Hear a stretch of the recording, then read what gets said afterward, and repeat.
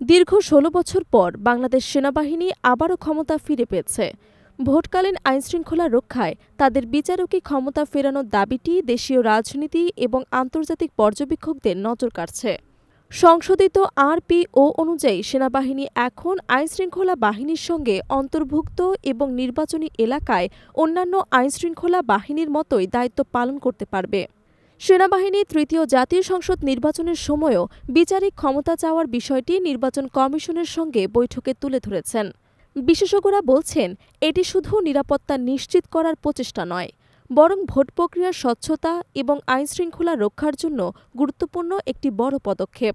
তবে প্রশ্ন উঠছে, কেন শুধুমাত্র নির্বাচনের সময় সেনাবাহিনী এই ক্ষমতা চাচ্ছে? বিবিসি বাংলা সোমবার প্রকাশিত প্রতিবেদন অনুযায়ী ১৯৭৩ সাল থেকে বাংলাদেশের নির্বাচনে সেনাবাহিনী মোতায়েন করা হচ্ছে।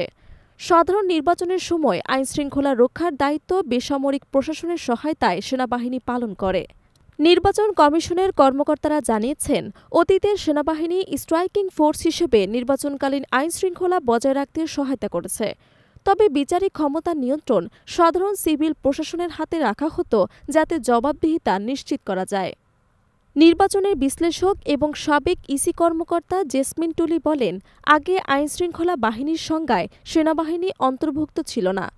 সংশোধিত আরটিপিওতে এটি যুক্ত হওয়ায় সেনাবাহিনী ভোট কেন্দ্র এবং ৪০০ গজের মধ্যে আইনশৃঙ্খলা রক্ষায় কার্যকর ভূমিকা রাখতে পারবে।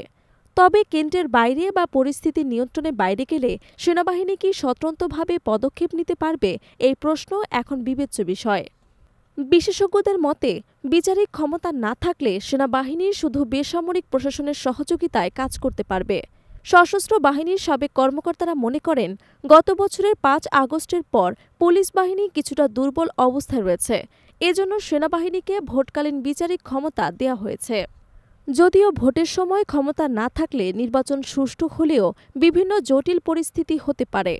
আইন অনুযায়ী দায়িত্ব পালন করতে গিয়ে যদি পরিস্থিতির নিয়ন্ত্রণে সমস্যা হয় বা গুলি চালানোর ঘটনা ঘটে, তবে পরবর্তীতে ম্যাজিস্ট্রেট পুরো ঘটনা তদন্ত করবে।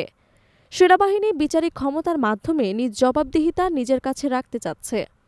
গত বছর সেপ্টেম্বরে সেনাবাহিনীর কমিশনপ্রাপ্ত কর্মকর্তাদের জন্য বিচারিক ক্ষমতা দেওয়ার প্রজ্ঞাপন জারি করে অন্তর্বর্তীকালীন সরকার। এরপর কয়েক দফায় সেই ক্ষমতার মেয়াদ বাড়ানো হয়েছে।